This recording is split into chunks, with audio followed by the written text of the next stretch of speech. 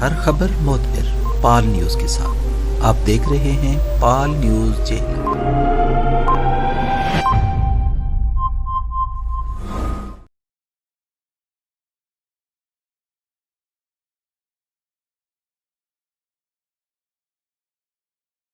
حضرات کا انتہائی شکر گزار ہوں میڈیا کے اپنے دوستوں کا کہ ہماری دعوت پر آپ تشریف لائے۔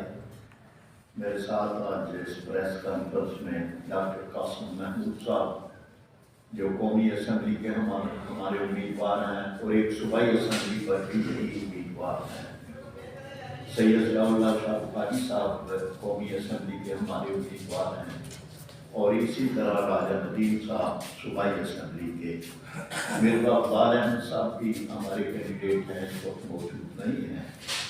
ان کے ہمراہ یہ پریس کانفرنس کر رہے ہیں۔ آج ہم یہاں جائزہ لینے کے لیے اس انتخابی مہم کا، اس کے لیے میں حاضر ہوا تھا۔ میری ذمہ داری انتخابی کمیٹی کے صدر کی بھی ہے، اور اسی طرح سے میری ذمہ داری جو ہے مشہور کمیٹی کے صدر کی بھی ہے، اور الیکشن سیل جو ہمارا مرکزی ہے اس کا سیکرٹری ہوں۔ مقصد ہمارا یہ ہے کہ ہم یہ دیکھیں کہ ہمارے یہ کینڈیڈیٹ جو بہت ہی کم وسائل کے ساتھ عوام کے پاس جا رہے ہیں اور ایک بڑا پیغام لے کے جا رہے ہیں، وہ اپنی اس مہم کو کس انداز پہ چلا رہے ہیں اور کتنا سفر انہوں نے طے کر لیا ہے، اور اب جو باقی دن ہیں ان کو کس انداز کے اوپر۔ ہم یہ سمجھتے ہیں کہ شفاف، غیر جانبدارانہ، منصفانہ اور آزادانہ انتخاب کرانا الیکشن کمیشن کی ایک آئینی ذمہ داری ہے، اور اس لحاظ سے اسے اپنی ذمہ داری کو ہر صورت پورا کرنا چاہیے۔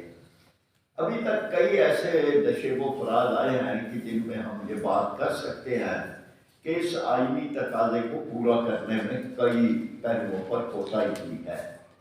یہ الیکشن جس وقت اسمبلیاں توڑی گئی تھی تو 3 دن پہلے توڑ کے ان کو 60 دنوں کے بجائے 90 دنوں والے آئینی شکل میں ڈال دیا گیا۔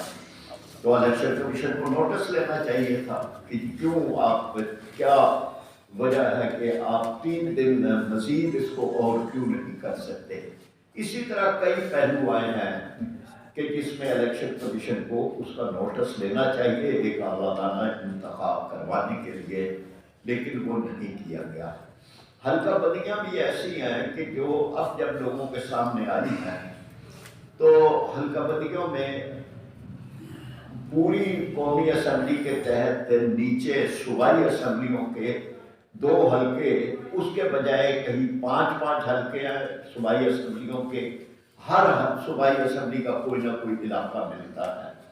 میں خود لاہور سے MLA بھی رہا ہوں، میں PA بھی رہا ہوں، لیکن ہم نے ہمیشہ یہ دیکھا ہے کہ قومی اسمبلی نیچے 2 صوبائی